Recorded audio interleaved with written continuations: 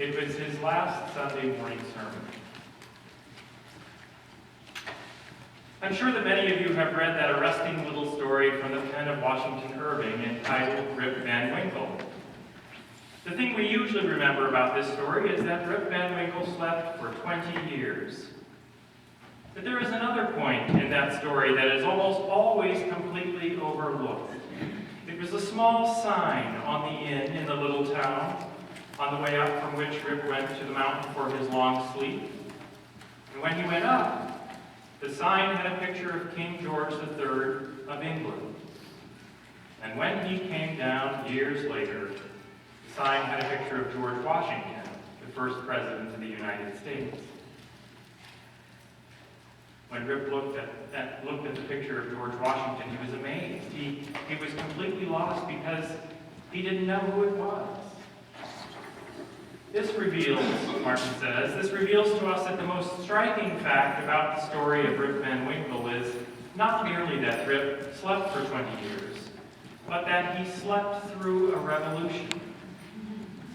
While he was peacefully snoring up on the mountain, a revolution was taking place that at points would change the course of history, and Rip knew nothing about it. He was asleep. Yes, he slept through a revolution.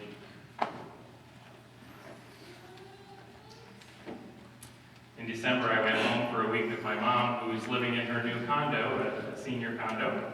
My parents had moved into our Ohio home 47 years ago, 2 weeks before I was born, and so this was our first Christmas in Mom's new place. And though the condo is lovely, it still doesn't quite feel like home. I come from a large family, 6 brothers, no sisters. And when all the grandchildren and great-grandchildren were gathered in Mom's place, she hosted 30 members for Christmas dinner.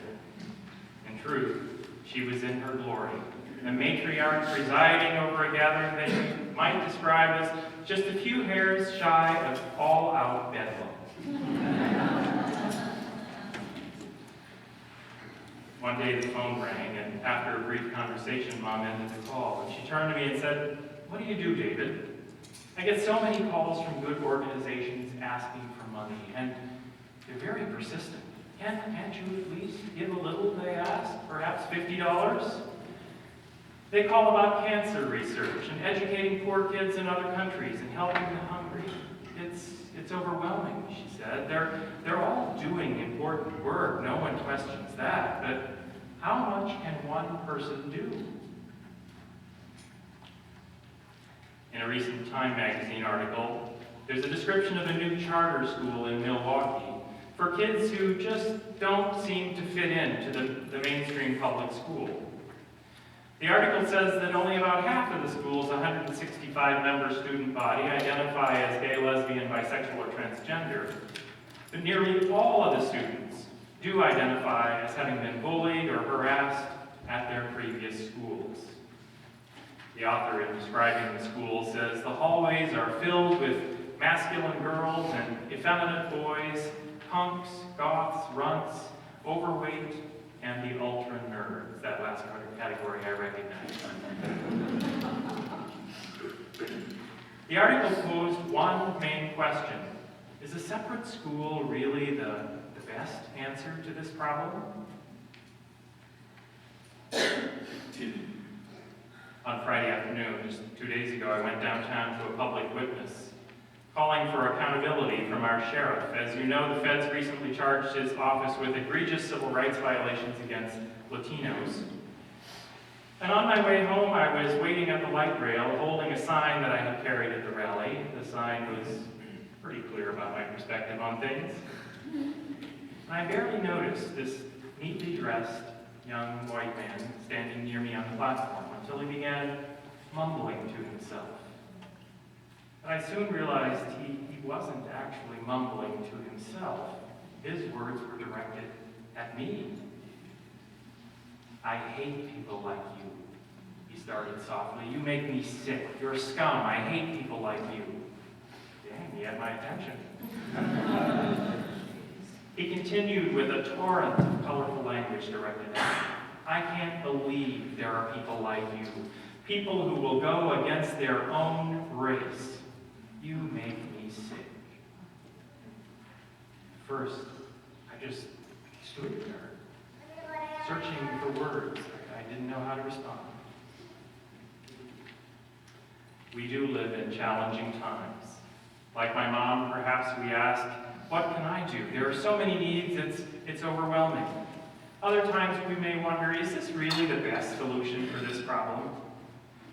And sometimes we just stand there kind of dumbfounded, trying to figure out what to say or what to do or how to respond in the face of such pain, such bitterness, perhaps ignorance, even outright hatred.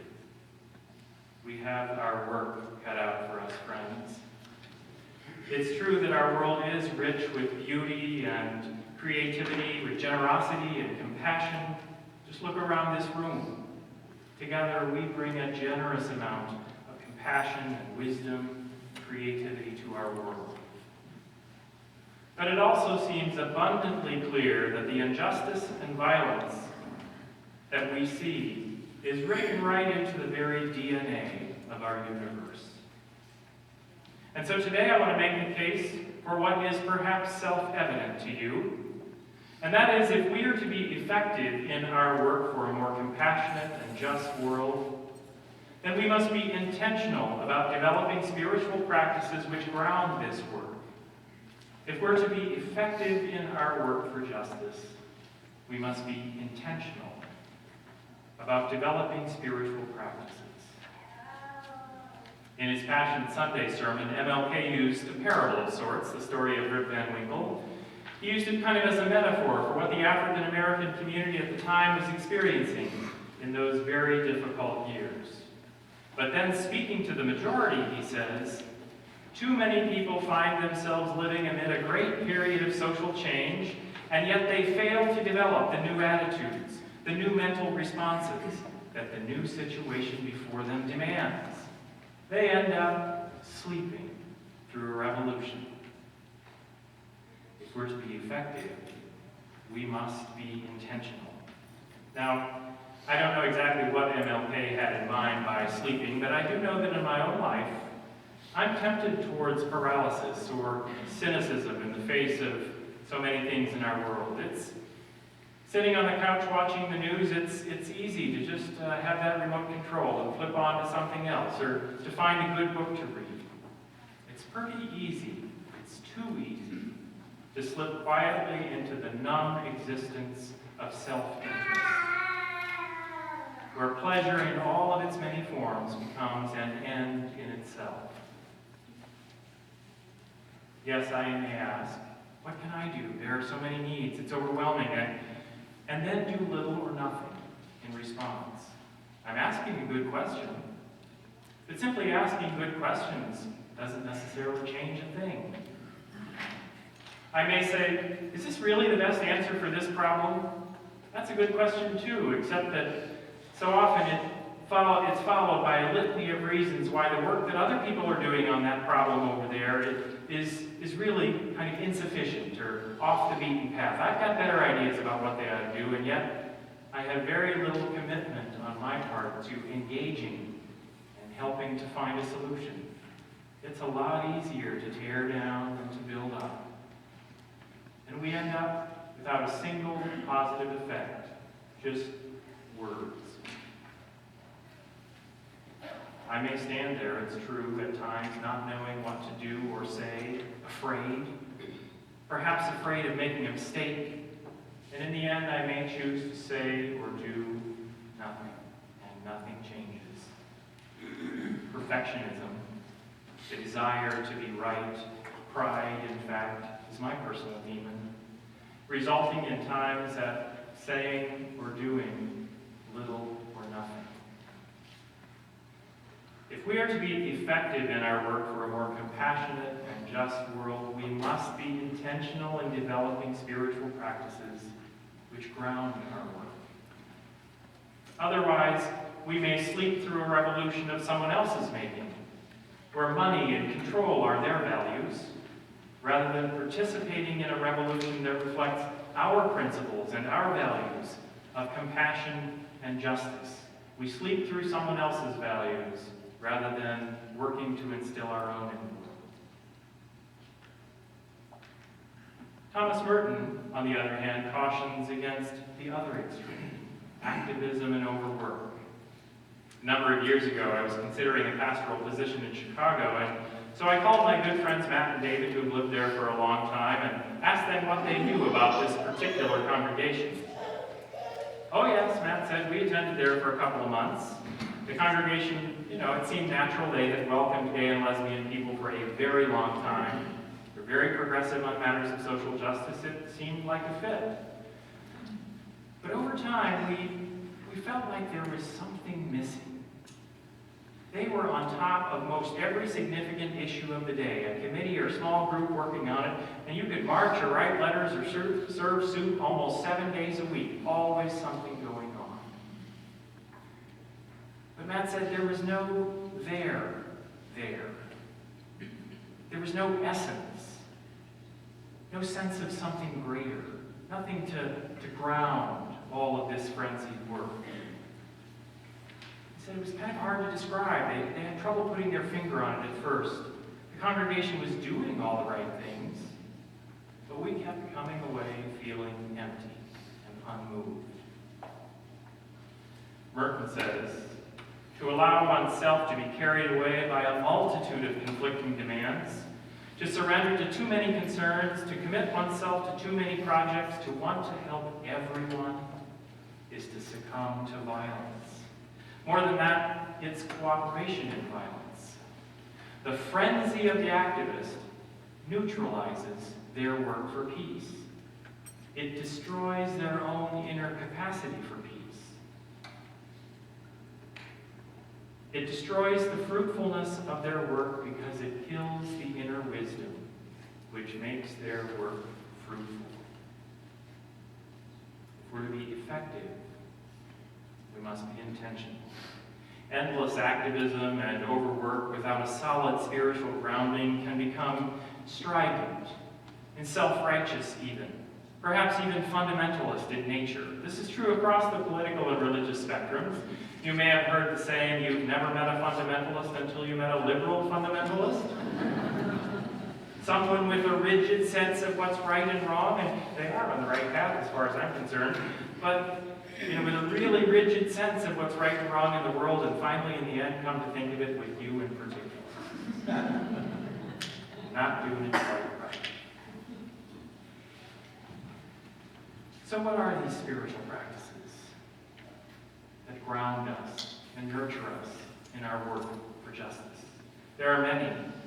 And I'm interested this morning in hearing what serves as a spiritual practice for you. I'll name a few that I've attempted to use in my own life. And then I invite you to briefly call out practices that have helped ground you for the work of justice. A moment. Think about what you've used in your life. I know hiking has been important for me. I love the mountain. There's something really centering about being with all of that rock that's been here forever and will be here long after my petty concerns are gone. Hiking does it. Music. Excellent. Music. What else? Mantra. Meditation. Tai Chi. Driving in my car and listening to good music. Driving in the car and listening to good music. Another one of the things that I've done is in the morning, before I even get out of bed, to think very specifically and name the things for which I'm grateful in my life. Whatever craziness is going on, continue to remember those things. And it really frames the day. It sets me off on a different course. What else from you? Classical music. Classical music, yes. Financial giving. Financial giving. Watch the sunset. To watch the sunset. Yes, indeed. Petting a cat. Petting a cat. Yes. Petting a dog, of course.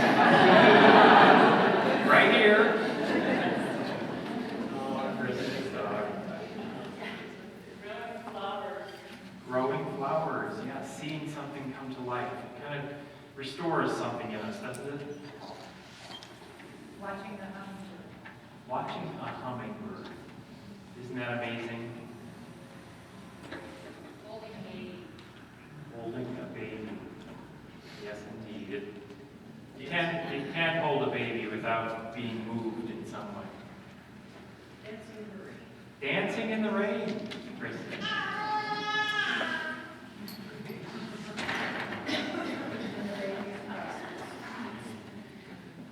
You know, we could probably list very many that serve us, that feed us and give us strength. I'd be curious if you've heard anything that you'd like to talk with someone else about. I don't know much about Tai Chi, so maybe I could talk with that person. But these practices will help to ground us and help us to find the strength to live in a very difficult time, a difficult place.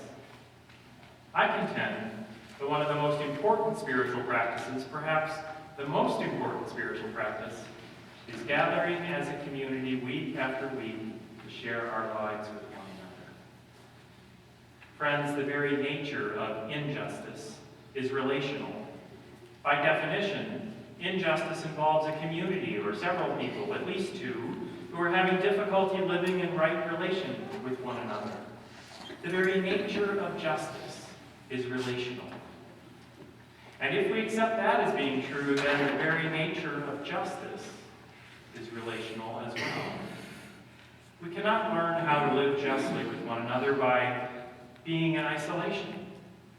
It's unlikely that I'll become passionate about justice for immigrants, with or without papers, if I don't know any. If I haven't looked someone in the eye and heard about their lives, their struggles, their joys, what it's like to be an immigrant in another land, where will the passion come from for immigrant justice? It's perhaps an academic thing, but it's in relationship that we find the fire to do the work. This is certainly my experience as a gay person of faith. Historically, it was easy for our religious communities to live in what I call a fantasy world, in which gay people of faith did not exist. You were either gay or you had faith, you couldn't be both. And so it was possible to make all kinds of judgments within religious communities about who gay people were without ever looking us in the eye, without ever sitting down and hearing about our lives, about our joys and sorrows, our struggles, and our faith. It was possible, in fact, to live in a fantasy world, to be asleep during a revolution, and that is a revolution in understanding about human sexuality. Many religious communities are still asleep as this revolution goes on.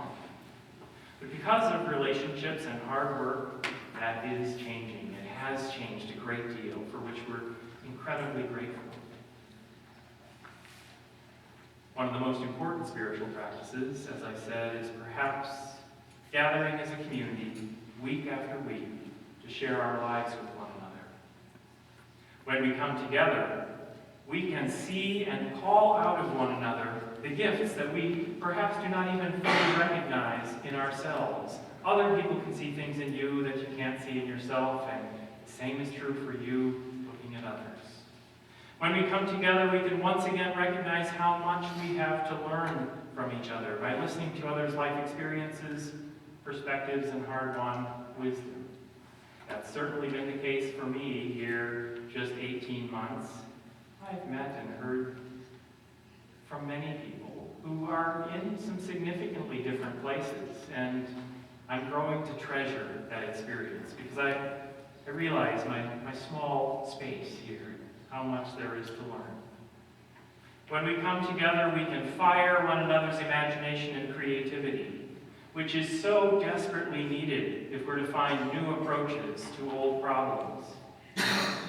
When we come together, we can call one another to action, and then we can stand beside one another in that action, when alone we might be afraid to respond.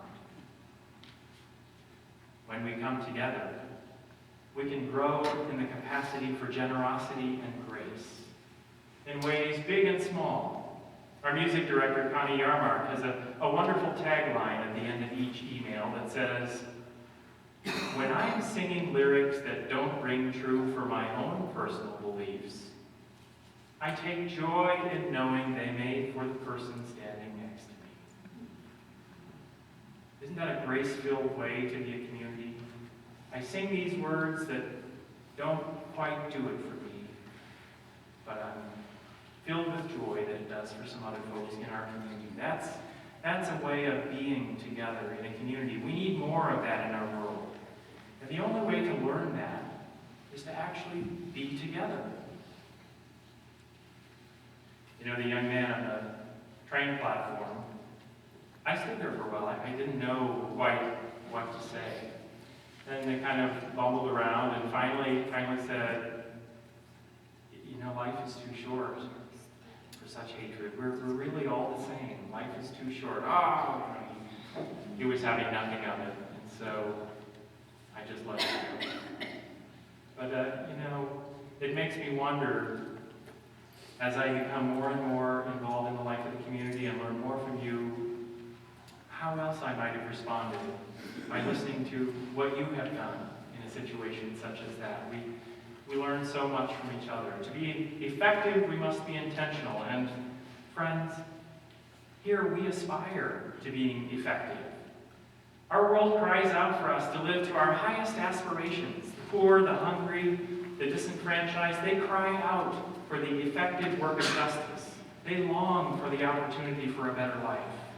And so here we are intentional about developing spiritual practices that will ground our work in justice. Perhaps it's taking the class in transcendentalism, which initially I think, what does that have to do with anything? But it really does. It's a tremendous thing to study and to help me find my way in a world of multiple religions and no religion at all. Perhaps we take the class Immigration as a Moral Issue and allow ourselves to be kind of challenged or taken into some territory that's less familiar. Perhaps we go to the book club that meets week after week and has for decades, I believe, and they read amazing books that invite you to think, invite you to explore, and to become deeper and richer people. As MLK once said, true compassion is more than just flinging a coin at a beggar. It comes to see that an edifice, a structure which produces beggars, needs restructuring. That's the kind of work we want to do here at UUCP. We don't want to do small projects. We don't want to fuss over the carpet and whether we should have a new color and what texture it should have. We want big problems. We want to take on big challenges. But it will not be sufficient to want to do so, or even just to make the decision to do so. Decisions are great, but they're only decisions. They must be followed by the hard work of action, the development of spiritual practices, which then allow us to have courage and to stand together and really creatively take on some of these structural issues. Friends, I think we live, yes, in a challenging time, but an exciting time. It's an exciting time to be in a community such as this. With all its religious diversity, we're poised to make a difference in this city. We're poised to make a difference in Arizona. And with Reverend Susan and Sandy Weir, both off in Boston, providing fine leadership and hard work for the 2012 Justice General Assembly, we're poised to do work that is going to ripple throughout the entire country. It's been a little hard to let Susan go and to not have her faithfully here in the pulpit, but we're laying groundwork. We're making progress. We've embarked on a grand experiment, which is so needed in our world. An experiment to gather our strengths together, first to recognize one another's strengths, and then to honor our differences, to learn from one another, and to intentionally develop spiritual practices which will ground us for the work of justice. May it be so.